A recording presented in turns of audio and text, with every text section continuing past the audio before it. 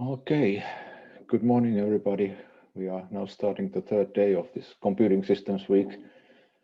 So greetings from Tampere. I'm Jari Nurmi from Tampere University, and I'm chairing this keynote session. And our speaker is Heikki Ailisto. Heikki is a research professor at VTT Technical Research Center of Finland. And his core area of expertise and main focus is on digitalization of industry.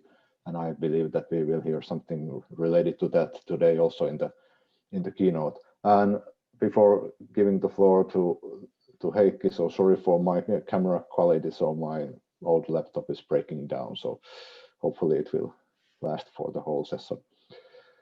Okay, Heikki, the floor is yours. Thank you, Jari, for the introduction, and let's go to the presentation now.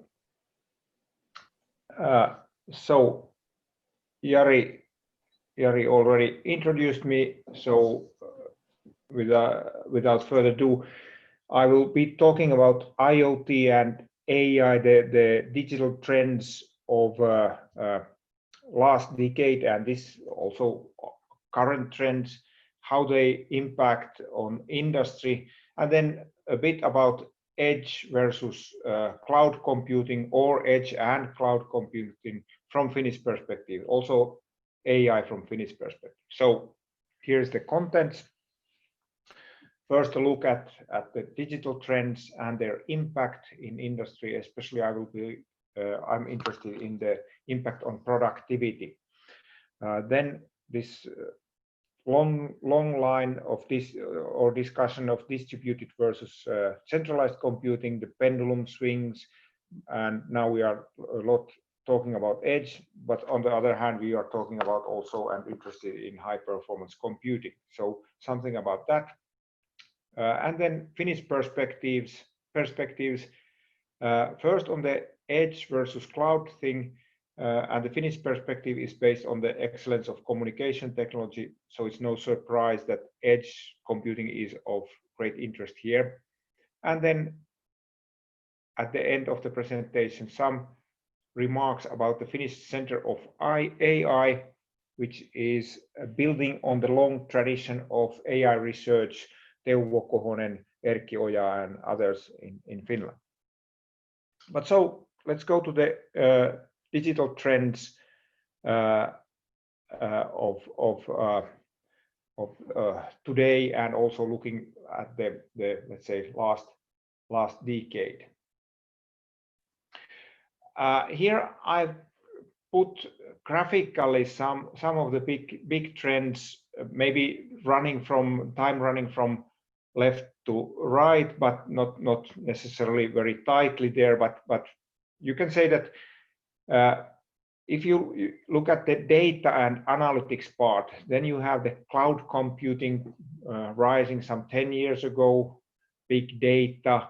There's almost has been a let's say almost a hype on big data some maybe 7 years ago. Then data analytics was the buzzword. Data analyst was the most sexy profession in the world, and so on. And now since the great success with the deep learning, deep neural networks, AI has been a top topic and topic of the day for some maybe since 2016, maybe around that time. Then on the below that line, you have more like embedded and IoT type of things.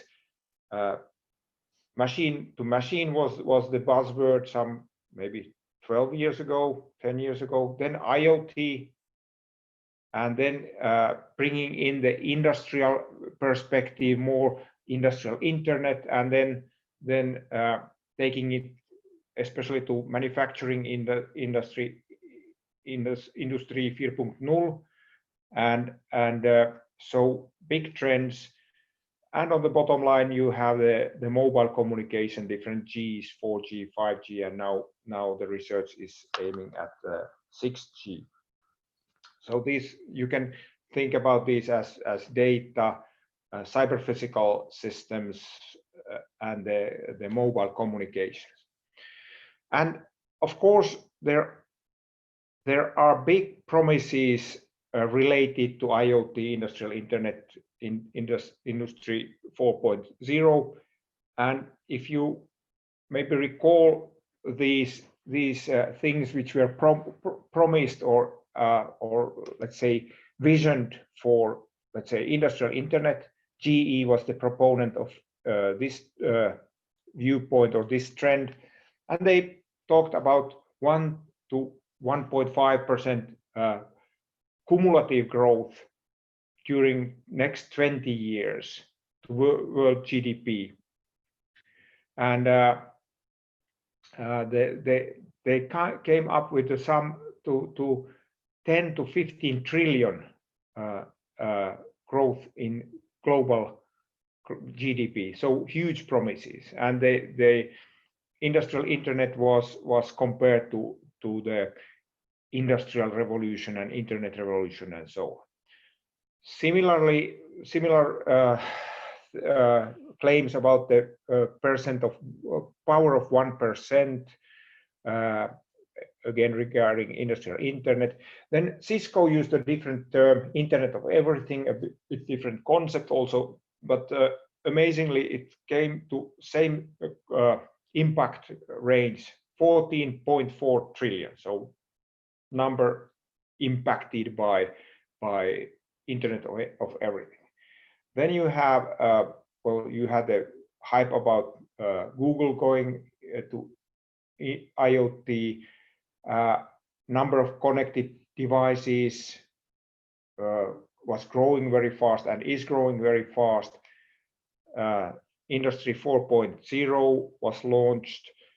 It was also compared to the previous industrial revolutions, and with that also was expected a great growth in or extra growth in GDP, 1.7% cumulatively to industry. The German industry leaders in this survey expected to invest on these topics, digitalization of industry, and that would increase productivity and revenues very significantly. You had similar promises about analytics and AI. Finland and United States would be gaining most, but other countries also 2% potential cumulative growth in value added, so roughly GDP for several years to come. More this kind of figures and promises, but then what actually has happened? Do we see this kind of growth? And as digital engineers, digital people, digitalization people, should we worry about this productivity paradox, or often said also solo paradox, since the famous economist has put this or talked and written about this. So during the last decade, when we have had most benefits, most breakthroughs in digitalization in different fields, different technologies, different areas, the productivity has actually been, productivity growth has been very low. And it seems that we haven't been able to realize the potential in different fields. This is a McKinsey estimate that how poorly we have actually been able to use the digitalization. So is this a empty promise? Fortunately, not totally. If you look at the deeper in the productivity growth and that's the rightmost column there, you can see that those areas, those sectors which actually have digitalized their operations and even change their way of working because of digitalization. They have had growth. On the other hand, traditional non-digitalized areas like hotel and restaurant business on the low end and construction have not had actually any growth or even negative productivity growth. So we shouldn't throw ashes on ourselves that we have failed in digitalization or delivering the promise, but still there's a lot of work to do. That was a kind of introduction. So why we are doing it, it's not a value as such that we digitalize it for the productivity and better life. So then few words about the distributed, or few slides about distributed versus centralized computing, or edge versus cloud, or edge and cloud. First, I've collected this kind of timeline of different centralized computing paradigms or equipment or solutions, and let's say cyber physical or distributed computing on the bottom. On the centralized computing, you probably recognize ENIAC on the left side, IBM 360, and then on the right side, that chandelier-looking thing is a part of a quantum computer, which is a very centralized unit. On the bottom, you have different kind of embedded or mobile computing units. The leftmost is a northern bomb site, an analog computer used in Second World War in US bombers. Then you have on the back seat of that sports car, you have a PDB-8 small computer, mobile there. Then the legendary HP calculator, and on the, well, you recognize the other stuff definitely. So there has been this division always. It hasn't been, you might think that in the history there was this big ENIAC and big IBM, but also on those days you had distributed computing and cyber physical systems.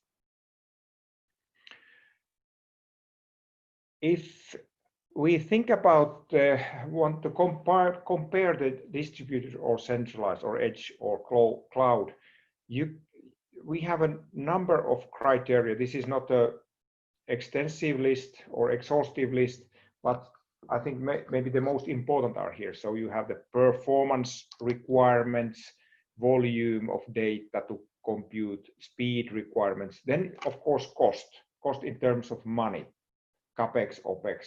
Is it better to run centralized or distributed, edge or cloud?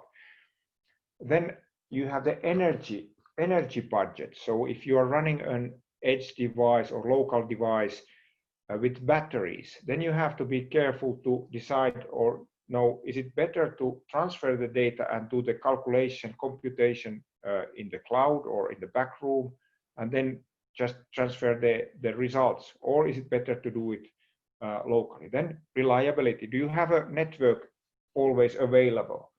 Do you need redundancy? What's the mean time between failure? Availability is related to that. Latency. Latency in many applications is critical, and that would go for edge computing. Security and privacy. Sometimes local computing is better. Sometimes you can have a better protection in cloud and so on. Platforms and standards, different kind of commercial aspects, interoperability. And who is the supplier? If you are buying from IT company, then probably they will first say for cloud. If you are talking to communication technology company, they would talk about fog or edge computing. And sovereignty, if you are running on a big platform, who owns the data? So it's not a clear-cut case that either one would be better. It depends, which is quite obvious when you think about it. Then going a bit further in this discussion about edge and edge versus cloud from the Finnish perspective. And of course, the Finnish perspective emphasizes the communications technology because of our Nokia and research heritage. First, some terms. Sometimes you talk just about cloud and edge, when edge contains also the base stations and gateways and so on. Sometimes you call that part fog, but let's not dwell there too much. Here is a short list of the differences. Computation, of course, is it local or or large data centers? Who is running there? That's an interesting thing from a commercial perspective and the dependency or lock-in perspective. Is it IT company, telecom, or is it the organization running the computing or the computing or providing the computing power by themselves? Location, of course, dependency on the net, and the latency, which is the selling point for edge computing in many applications. For example, if you think about the following cases, usually there's something which has to be done locally because of latency or privacy issues, but some things are better done in cloud. So you can think about mobile device and various applications of that. For example, face recognition, augmented reality, and so on. And automotive and traffic. So if we are going towards autonomous cars, you maybe don't want to be dependent on a network which may be broken or not available or very slow. So because of the latency, you would favor edge computing. IoT in smart home, different applications. Here, maybe you are not so time critical, but you are maybe security critical or privacy critical. And then you have the various sports and quantified self things where battery management, because you have to carry those in your wrist or somewhere, is very critical. So computation offloading might be very, very wise there. Then going to the Finnish strength and Finnish approach. So mobile edge computing paradigm is very, very strong here, and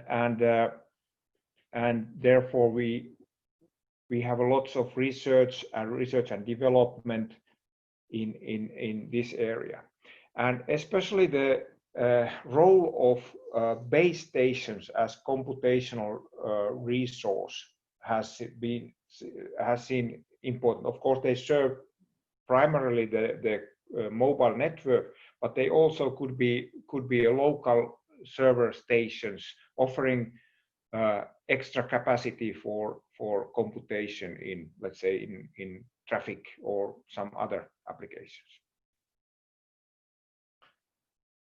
Here is a statement from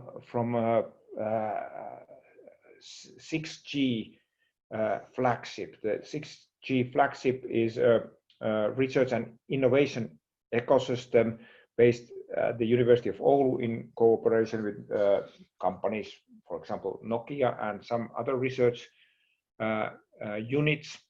And it's one of the 6 Finnish flagships funded by the funding organization Academy of Finland. So they emphasize very much the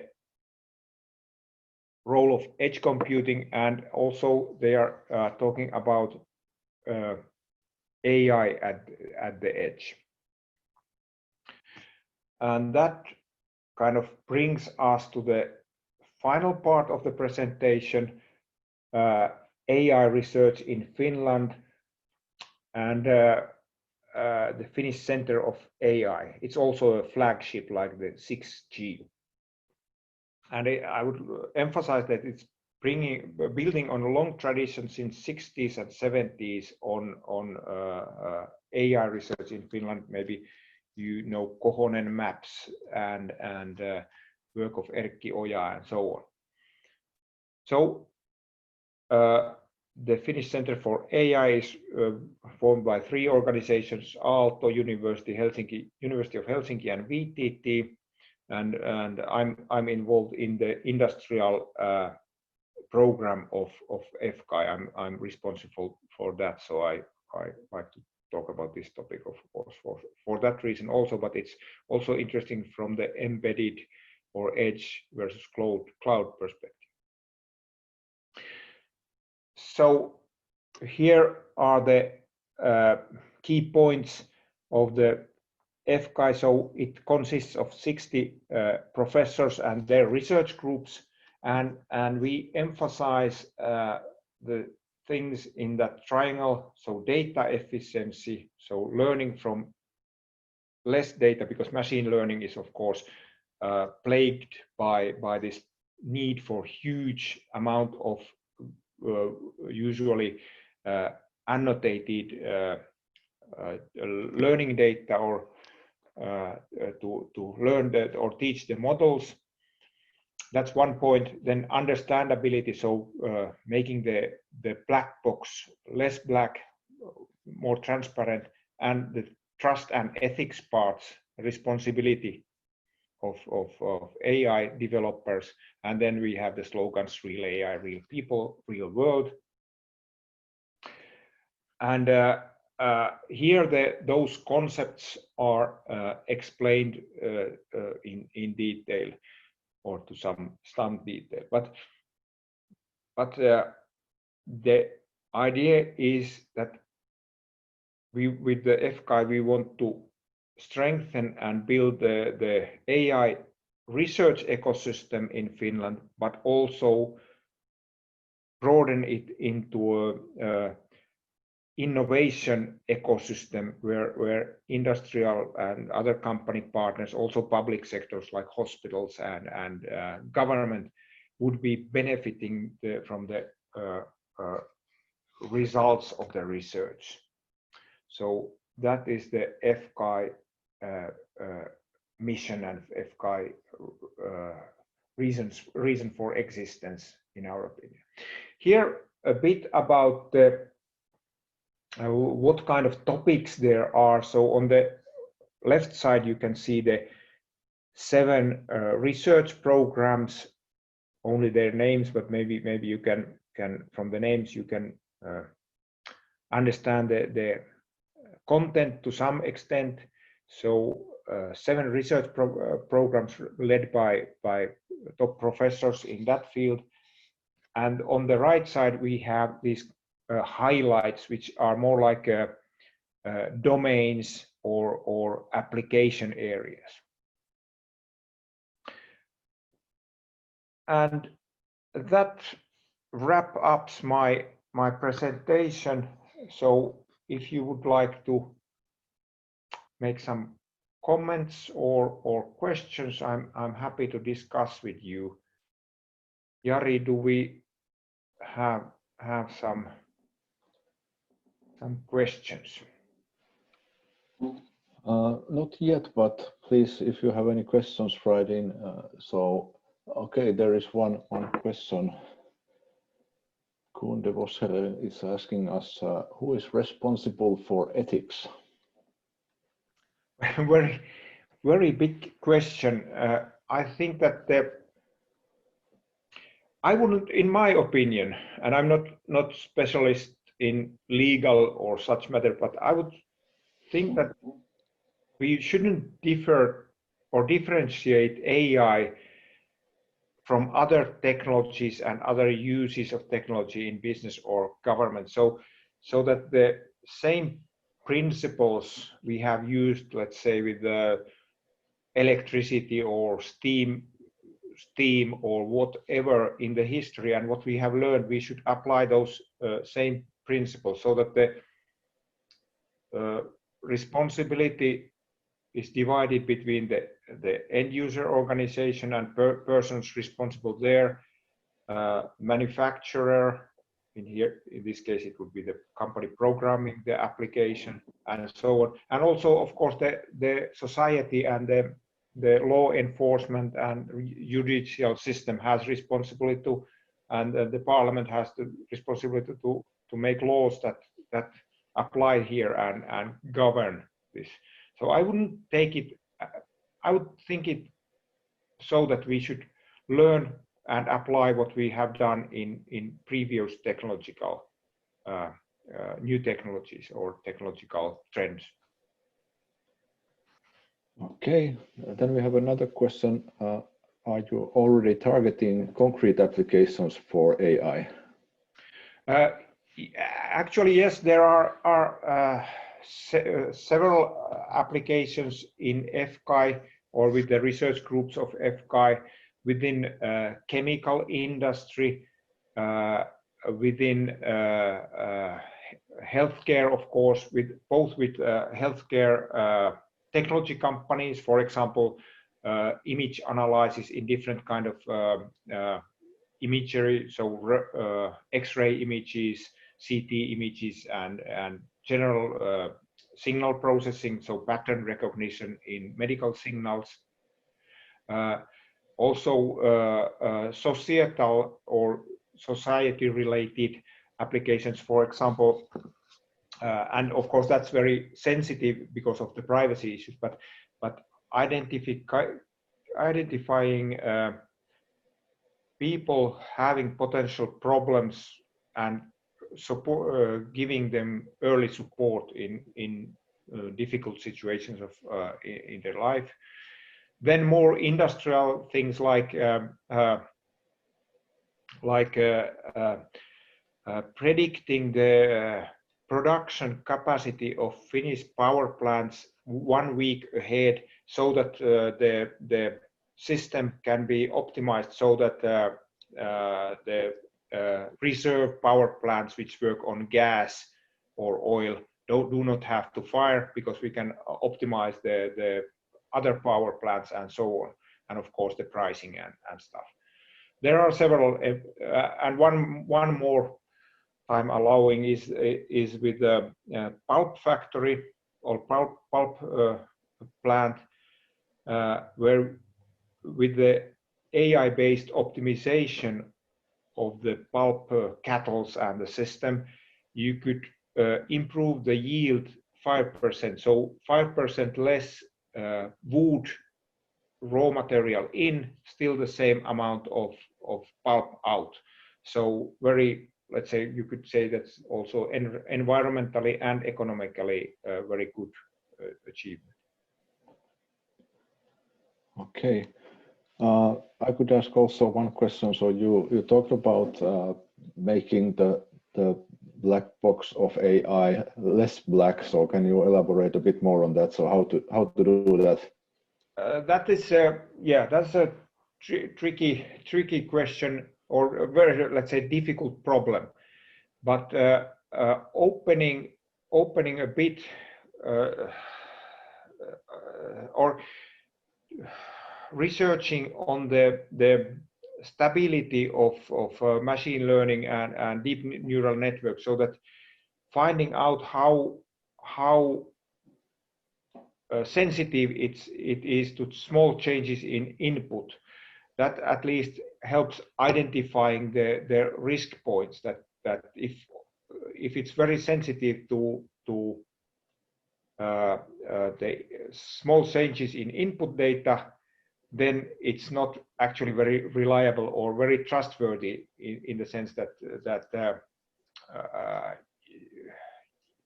kind of giving trustworthiness value to the network is one way we are doing. But here I think the research is still at early stages. There was this big enthusiasm about the great results of deep neural networks, and now we have to sober up and see also the drawbacks in those systems. Yeah, so it's important to somehow understand how the system works, not just blindly trusting on trust the it. black box.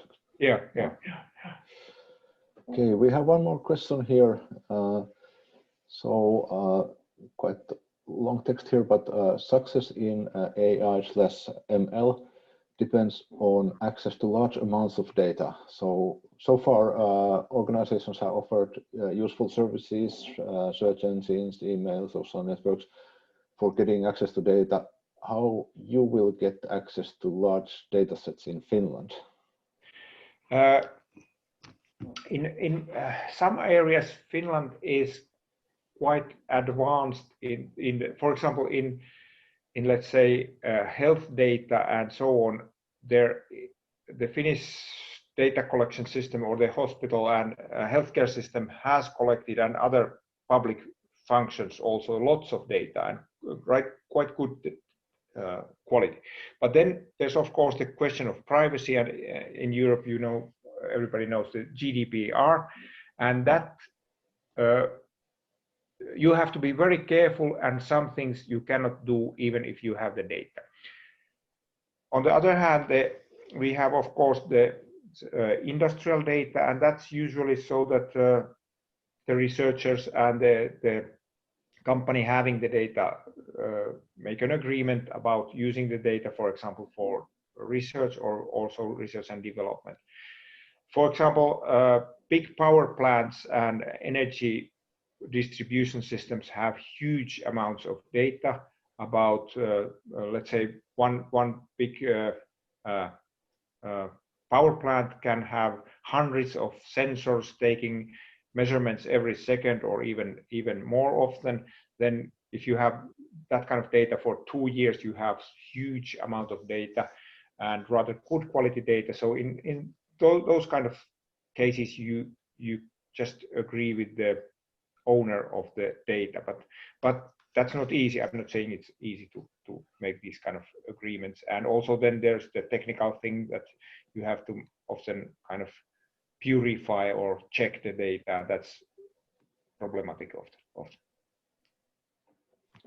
Okay, thank you. It seems that we don't have any more questions at this point, so I think everybody joins me in thanking you, Heikki. So thanks for a good presentation, and that concludes this session. And the Computing Systems Week will continue after 2 hours again. So we will have the next sessions at that time. So thank you. See you around. Thank you. Goodbye.